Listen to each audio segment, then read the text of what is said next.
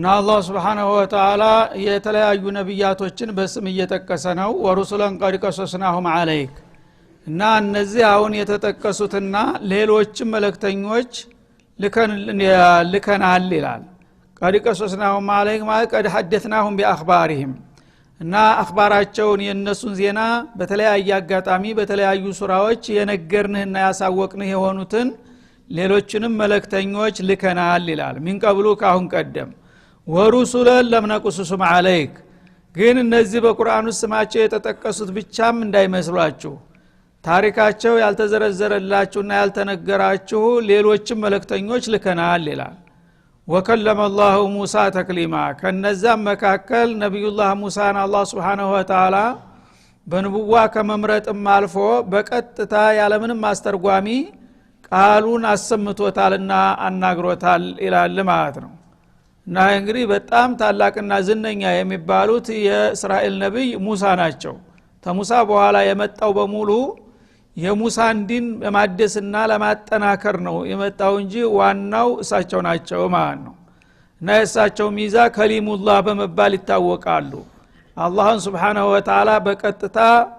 ማናገር ችለዋል እሱም በቀጥታ አናግሯቸዋል በሲና በረሃ ማለት ነው እና ዘላይ ወከለመ አላህ ያ አላህ በዱንያ ማንንም አያናግርም የሚሉ የሙዕተዚላ ቡርኖች አሉ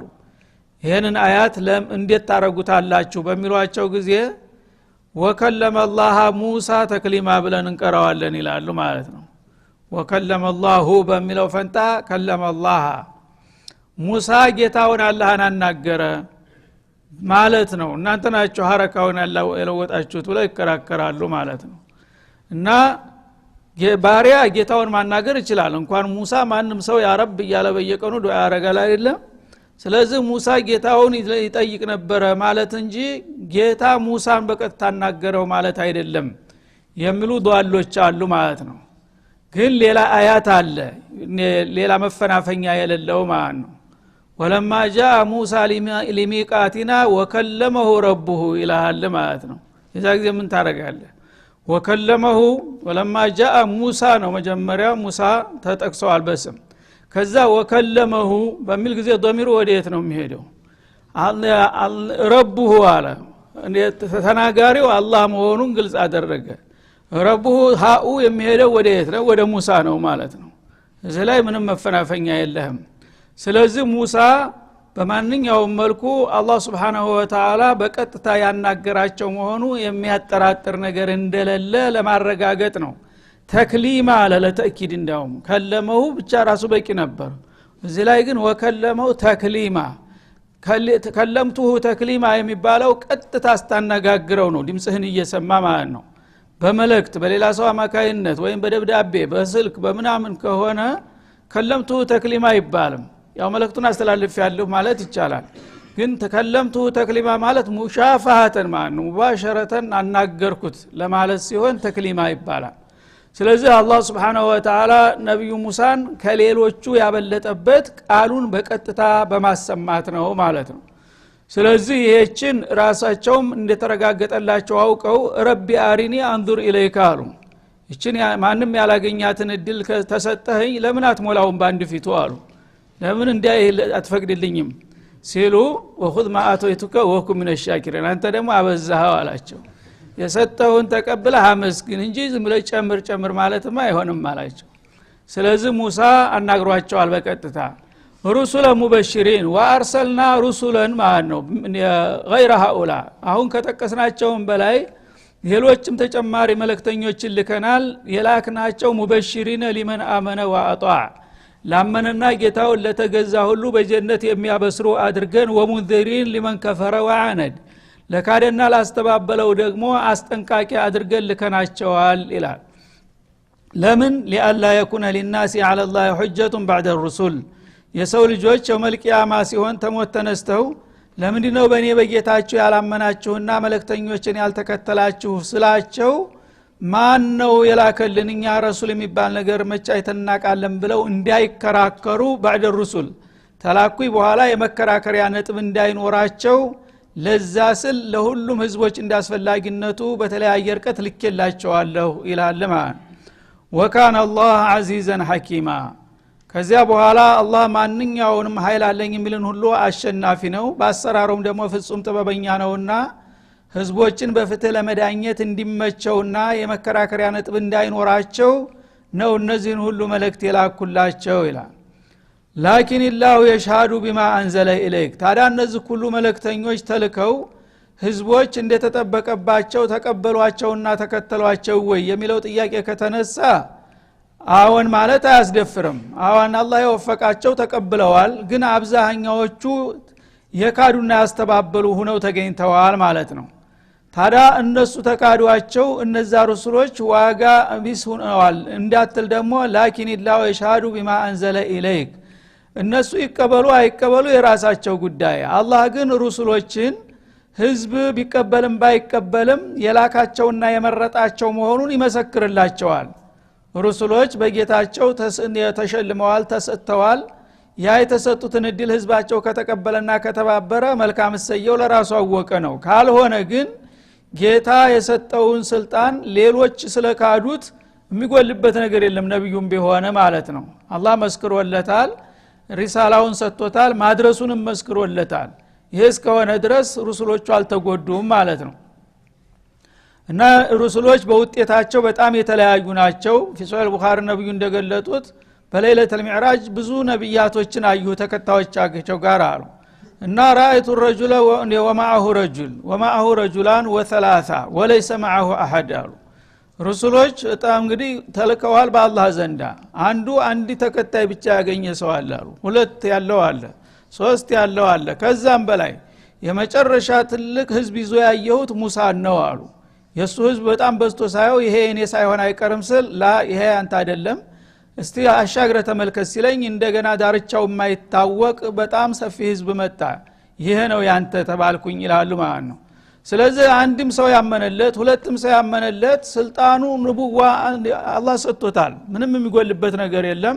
እሱ የሚችለውን ጥረት አድርጓል ህዝቦች ባለመቀበላቸው ራሳቸውን ነው የከሰሩት አላህ ግን መስክሮላቸዋልና እነዚህ ሁሉ ሩሱል በሚለው ውስጥ ይካተታሉ ማለት ነው ቢማ እንዲያ አንዘለ ኢለይከ ላኪን ኢላሁ የሽሃዱ ግን አላህ Subhanahu Wa Ta'ala ለነዚህ ሁሉ ሩሱሎች እንደመረጣቸው ይመሰክርላቸዋል ያረጋግጣል ላንተም እንደሚመሰክር ሁሉ የሽሃዱ ቢማ አንዘለ ኢለይክ ባንተ ባወረደው ቁርአን አንተን የራከህ መሆኑን ይመሰክርልሃል አንዘለሁ ይህንን ኪታብ ቢዕልሚሂ ሙሽተሚለን ቢዕልሚሂ የሱን ዕውቀት ያካተተ የሆነ መለኮታዊ ዕውቀትን ያዘለ የሆነ ኪታብ የሰጠህ ለመሆኑ ይመሰክርልሃል ለቀደምቶቹ እንደመሰከረ ሁሉ ይላል ማለት ነው ወይም ደግሞ አንዘለሁ ቢዕልሚሂ ማለት አላህ ላንተ የሚገባ መሆኑን ስላወቀ አላሁ አዕለሙ ሐይቱ የጀዐሉ ሪሳለተሁ እንደሚለው ላንተ ይሄ ዲል ላንተ እጅ ለማንም እንደማይገባ አውቆ ባንተ ላይ አውርዶልሃል ለማለትም ተተርጉሟል ሁለቱም አባባል ትክክል ነው ስለዚህ አላህ Subhanahu Wa Ta'ala ከዓለም ህዝብ መካከል የፈለገውን ለፈለገው ዲል ይመርጠዋል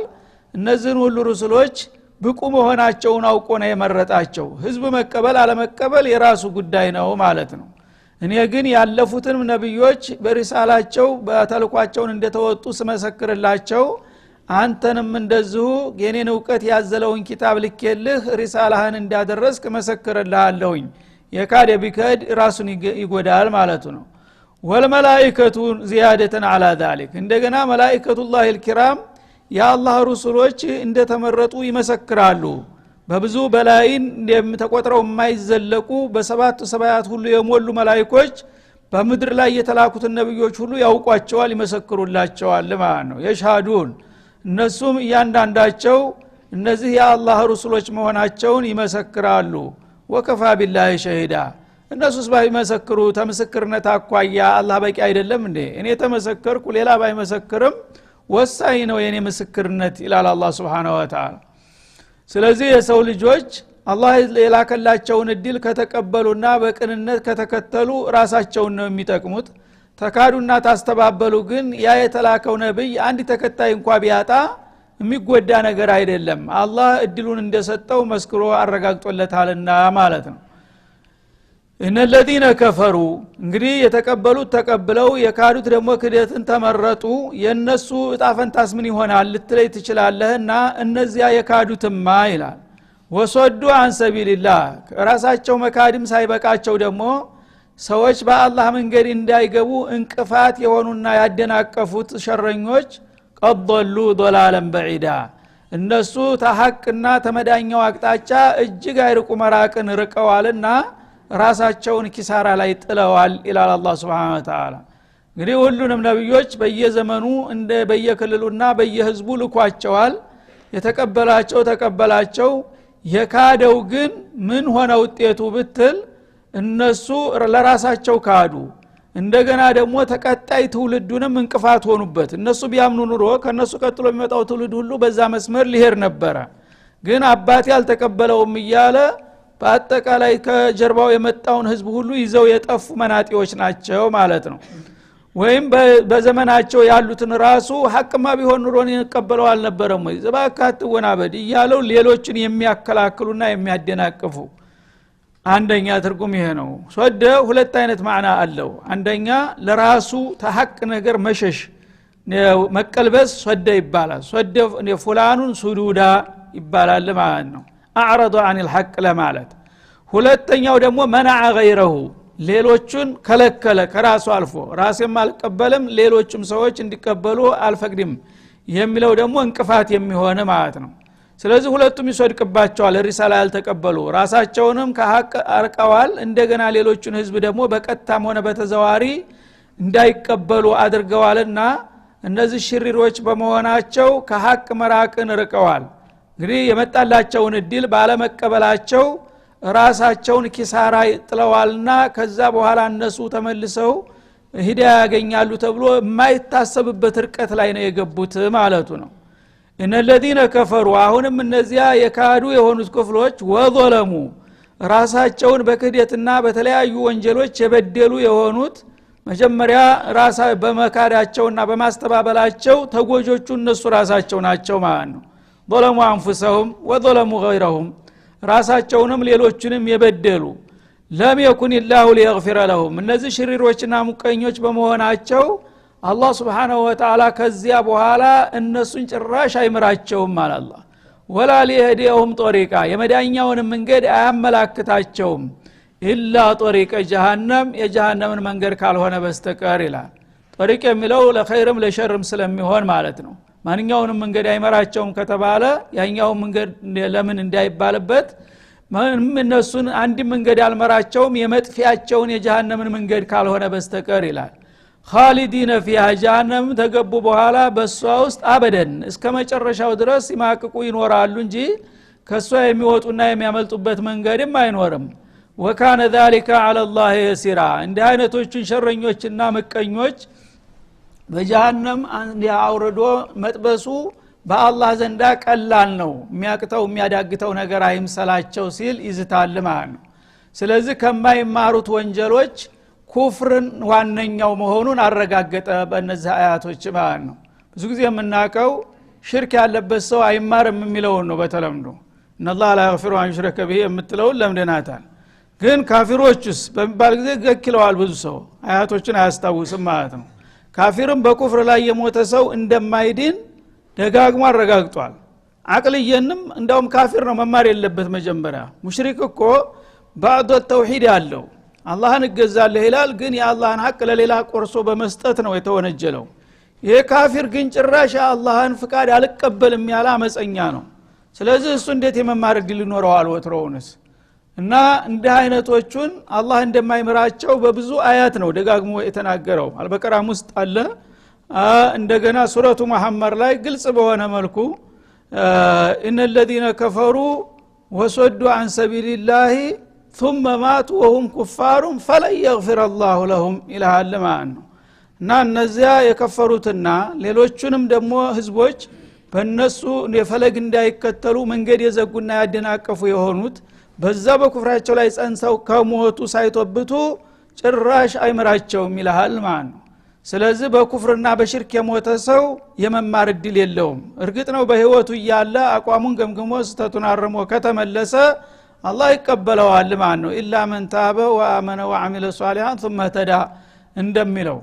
ግን በኩፍር ላይ ወይም በሽርክ ላይ የሞተ ሰው በዛው ላይ መሞቱ ከተረጋገጠ በኋላ ይማራል የሚል ሰው ካለ ይህ ሰው ራሱ ካፊር ይሆናል ማለት ነው ለምን አላህን አስተባብሏልና አልመራቸውም ያለውን ክፍል ይማራሉ ካለ ውሸትክን ነው እንደማለት ስለሚሆን እሱ ራሱ ይጨመርበታል እዛው ማለት ነው እና ኢላ ጦሪቀ ጀሃነመ የጀሃነምን መንገድ ካልሆነ በስተቀር በኩፍር ላይ የሞቱን ሰዎች ሌላ የመዳኛ አቅጣጫ እንደማያሳያቸው ከወዲሁ ይወቁት ይላል ጀሃነም ከገቡ ደግሞ ለተወሰነ ጊዜ ተቀተው የሚለቀቁ ወይም ደግሞ አመድ ሆነው የሚያርፉ አይምሰላቸው ኩለማ ነዲጀት ጁሉዱሁም በደልናሁም ጁሉደን እንዳለው ሰውነታቸው ደቆ አመድ ሆነው ሲያበቁ ወዳው በቅጽበት ደግሞ እንደነበረ አድርጎ ያድሳቸዋል እንደዛ ያሉ እየተመላለሱ በየጊዜው ቅጣቱን ይቀጥላሉ ማለት ነው ወካነ ذلك على الله يسير እና በኩፍርና በሽርክ የተሞነጀሉ ሰዎች በዚህ አስከፊ መልክ መቀጣታቸው በአላህ ዘንድ በጣም ቀላል ነውና ተገቢ ስለሆነ ይሄን እንደማደርገው ነው ይላል ያ አዩሃ الناس ከዚያ በኋላ አጠቃላይ ለሰው ልጆች ጥሪ ያቀርባል አላህ Subhanahu Wa Ta'ala እናንተ ሰዎች ሆይ قد جاءكم الرسول بالحق ያለፈው አለፈ አሁን ግን የመጨረሻውና አተኪያ የሌለው መደምደሚያው መልእክተኛ እነሆ መጣላችሁ መሐመድ ይላል بالحق البين ግልጽ የሆነውን ሐቅ ይዞላችሁ መጥቷል من ربكم وخالقكم ተፈጣሪያችሁ ዘንድ እስከዛሬ ምናልባት በተለያየ ምክንያት ያልተቀበላችሁና እድል ያለፋችሁ ካላችሁ አሁን የመጨረሻው እድል መጥቶላችኋልና ተጌታችሁ በኩል ይሄንን እንዳታሳልፉ ተጠንቀቁ ይላል በመሆኑም ፈአሚኑ በዚህ በመጨረሻው ነብይ እመኑበት خير لكم احسن لكم እንደማለት ይሻላችኋል አሁን በኋላ መሐመድ ኺያታም ረሱል ስለሆነ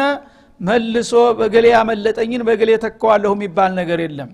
የስተዛሬዎች ግን በአንዱ ነብይ ሲክዱ ሌላውን ተቀብለው ማካካሻ ያገኙአሉ አሁን ግን የመጨረሻው መደምደሚያ እስከሆነ ድረስ ይሄንን ደሞ ቁልጭ ያለውን ሐቅ ይዞላችሁ እስከመጣ ድረስ ከጌታችሁ እመኑበት ማመናችሁ አማራጭ የሌለው ታላቅ እድል ነውና ይላል ማለት ነው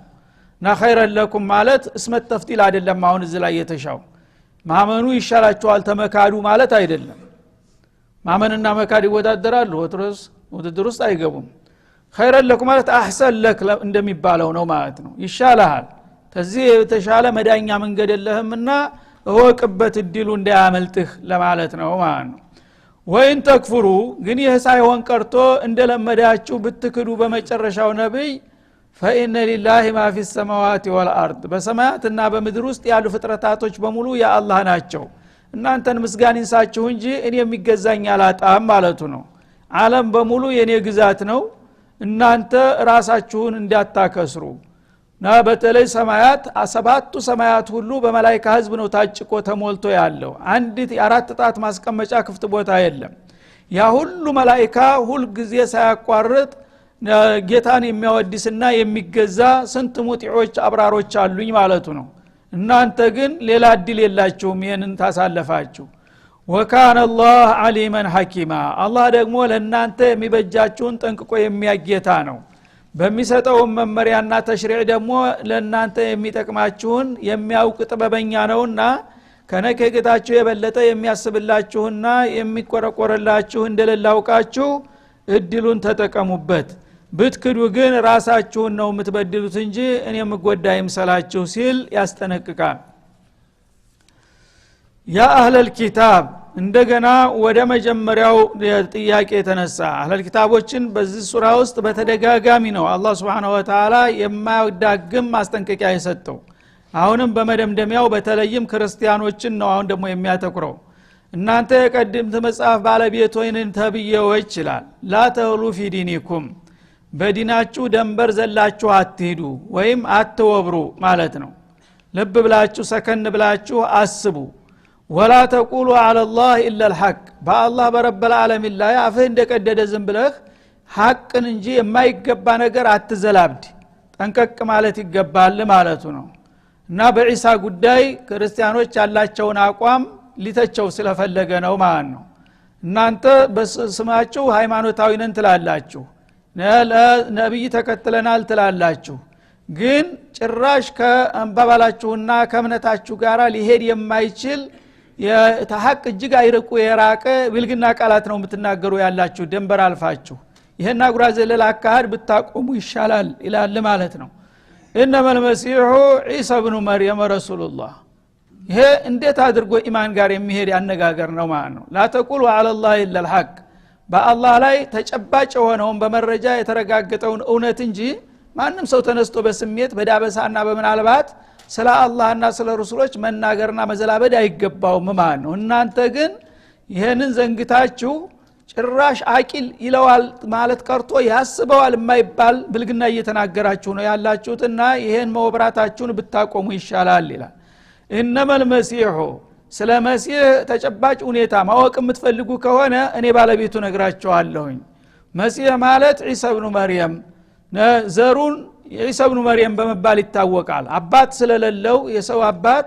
አላህ Subhanahu Wa Ta'ala ወደ እናቱ ነው የነሰበው ማለት ነው። እንደናትም እንዳባትም ሆና ወልዳ ያሳደገችው እሷ ስለሆነች አባት አለመኖሩን በግልጥ አስቀመጠ ማለት ነው። ማንኛውም ሰው አባት ካለ ህገወጥ እንኳን ቢሆን በአባቱ ነው የሚጠራው። ግን አባት የሌለው መሆኑን ለማረጋገጥ ዒሳ ኢብኑ መርየም አለ። የመርየም ልጅ ዒሳ የሆነውን ሰውዬ ስለሱ ጉዳይ እንዴት ነው በሚለው ጥያቄ ላይ እኔ የማያዳግም መልስ ሰጣችኋለሁ ይላል። ረሱሉላህ የአላህ መልእክተኛ ነው። አወላለዱን ለኔ ተውት በፈለኩት መንገድ ልፍጠረው፣ ግን ዋናው ነገር የአላህ መልእክተኛ ነው የሚለው ልትቀበሉ ይገባችኋል እውነት አማኞች ከሆናችሁ። እንደገና ወከሊመቱ የነቲጀቱ ከሊመቲ የቃሉ ውጤት ነው ብላችሁ መኑ። አላህ Subhanahu Wa Ta'ala اذا اراد شيئا يقول له كن فيكون ብላችሁ እንታምናላችሁ። ይሄንን የምታምኑ ከሆነ ያላባት ተወለደ ያለው ያላባት ተወለደ ምንድነው ችግሩ? ያላባት እናት የተገኘ ሰው የለም እንደ ይልቁንስ እነ መተላ ዒሳ ከመተል አደም እንደሚለው አደምን አላህ ያላባት ያለ እናት ከጭቃ ፈጥሮ ቁጭ አድርጎታል አይደለም እንዴ? ሐዋንስ ደግሞ ያለ እናት እንደ ተሱ አጥንታ ጎናጥንታ አውጥቶ አይደለም እንደ ሳያደረገው አዲስ ነገር ምን ተፈጠረ ይላል አላህ። እና በምን ለምን የሚለው ደግሞ እነማ አረደቅ ኢዳራ ደሻና የቆለለው ኩን ነው የጌታ ውሳኔ ቃል ነው። ጌታ ሁን ያለው ነገር እንደሚሆን ታውቃላችሁና ያለ እናት ተወለደ ያልኩት ያለ እናት ተወለደ በቃሌ በውሳኔ መሰረት ይላል። የውሳኔ ቃሉ ዒሳ ያላባት መወለድ አለበት ብሎ ወሰነ፣ በዛ መልኩ ተገኘ ይላል። አልቃሃ ይችን ውሳኔ ቃል ወረወራት ኢላ መርየም አልዓድራ ወደ ድንግሏ መርየም ጅብሪል አሚንን ሂድና የመርየምን አናግራት፣ በመታናግራት ጊዜ ጠጋ ብለህ ትንፋሿን በደረቷ ትክክል ትንፋሽህን ነፍስባት፣ ትንፋሽ ሲገባ ልጅ ሆኖ ይጸነሳል ብሎ በዚህ መልኩ ነው አላህ እንዲረገዝ ያደረገው ይላል። ወሩሁ ሚንህ ከሱ የሆነ መንፈስ ነው ይላል። ማለት ምንድነው? ቢዱን ዋሲጦት አብ ያላባት በቀጥታ አላህ ትንፋሹ የጌታ በረከት ተጨምሮበት ልጅ እንዲሆን የተሰጠው ውሳኔ ነው ይላል ማለት ነው። ስለዚህ ወሩሁ ሚንሁ የሚለው ደግሞ ሌላ ሹብሃ ያመጣባቸዋል። ቁርአን ራሱ ለሌሎቹ ሰዎች ብሎት የማያውቀውን ነገር ወሩሁ ሚንሁ ካለ የጌታ አካል መሆኑን ያመለክታል ብሎ ይከራከሩሃል ማለት ነው። እና ረሺድ በተባለው ኹለፋ ዘመን አንድ ጦቢብ የክርስቲያን ጦቢብ ነበረው ንጉሱ እና በሙያው ያገለግላል መጥቶ ተቀጥሮ። ኋላ አንድ ሼኽ አሉ የንጉሱ አማካሪ የኸሊፋው አማካሪ እሳቸው መጥተው ለዚያራ እሱ ንጉስ ጋር ቁጭ ብለው ይያሉ በጫወታ ስለ ሃይማኖት ሲነሳ ይሄ ጦቢብ ሰውዬ ሐኪሙ ሰውዬ በእናንተም ቁርአን እኮ ኢየሱስ የጌታ ልጅ መሆኑን የሚጠቁም ነገር አለ አይልም? ኸሊፋው ፊት ዓሊሙ ሙፍቲው ጋር ያለ ማለት ነው። የትላይ አለው ወሩሁ ሚንሁ አላለም እንደ ቁርአናቸው አለ። እና ከሱ የሆነ ሩህ ማለት ምን ማለት ነው? ያው ከጌታ ሩህ ተከፍሎ ለኢሳ ተሰጥቷል ማለት ነው። ኢሳ የሆነው የሱ ሩህ ክፋይ ነው ብሎ እንትና አለ። አረገኝ የማ ከሆነ አለ ሸኹ እና ወሰخر لكم ما في السماوات والارض جميعا منه የሚለው ሳሉ منه የሚለው ልጅ የሚያደርግ ከሆነ ሁላችንም ያላህ ልጅ ነን የማ ከሆነ وسخر لكم ما في السماوات وما في الارض جميعا منه ይላል። ይሄንስ እንዴት ታየዋለ ሲለው ደነገጥ። አሽሃዱ አላ ኢላሃ ኢላላህ ወአነ ሙሐመድ ረሱሉላህ አለ። አላህ ሂዳያ ሰጠው በዛ ሰበብ። እና ሰዎች ብዙ ጊዜ አህለል ባጢል የተወሰነች ፍንጭ ካገኙ በዛች ላይ ተንጠልጥለው ራሳቸውን አሳስተው ሌሎችንም ያወናብዳሉ ማለት ነው። እንደዚህ አይነት ሹብሃ ያለባቸውን ነገሮች ጠንቅቆ ማወቅ ያስፈልጋል ለሸረኞች መግቢያ ቀዳዳ እንዳይፈጠር ማለት ነው። ስለዚህ ወሩሁ ሚንሁ ማለት አላህ የተለመደው አፈጣጠር እናትና አባት ግንኙነት ያደርጋሉ ከአባት የሚመጣው ፈሳሽና የእናት እንቁላል ተቀላቅሎ የዛ ጊዜ ሩህ ይጨመርበታል። ሁላችንም ከየት አመጣን ሩህ እሱ ነው የሰጠን አይደለም እንዴ? ግን የኢሳ ከአባት በኩል ያለው ዑንሱር ስለጎደለ የኔ ውሳኔ ብቻ ተጀሱድ ሆነ አካል ሆነ ቀጥታ ለማለት ነው። ሶስተኛው አካል ሳይኖር የኔ የውሳኔ ቃሌ ልጅ እንዲሆን ስለወሰንኩኝ ተፈጠረ ለማለት እንጂ ሩህማ የአላህ ምስጥር ነው። ወትሮውንም የሳሉነከ አን ሩህ ቁል ሩህ ሚን አምሪ ረቢ አይደል እንደሚለው ሩህ ማንም ይሰጣል ከሱ ውጭ። እና በዚህ መልክ ነው አላህ Subhanahu Wa Ta'ala የሚያስታውቃቸው ማለት ነው። በመሆኑም ፈአሚኑ ቢላሂ ወረሱሉሁ የተለያየ ጅምብር ያነሳችሁ መደናበሩን ተውና ይልቁንስ የአላህና የመለክተኛውን ፍቃድ ተቀበሉና ተከተሉ በላቸው ይላል ማለት ነው። هذا وصلى الله وسلم على النبي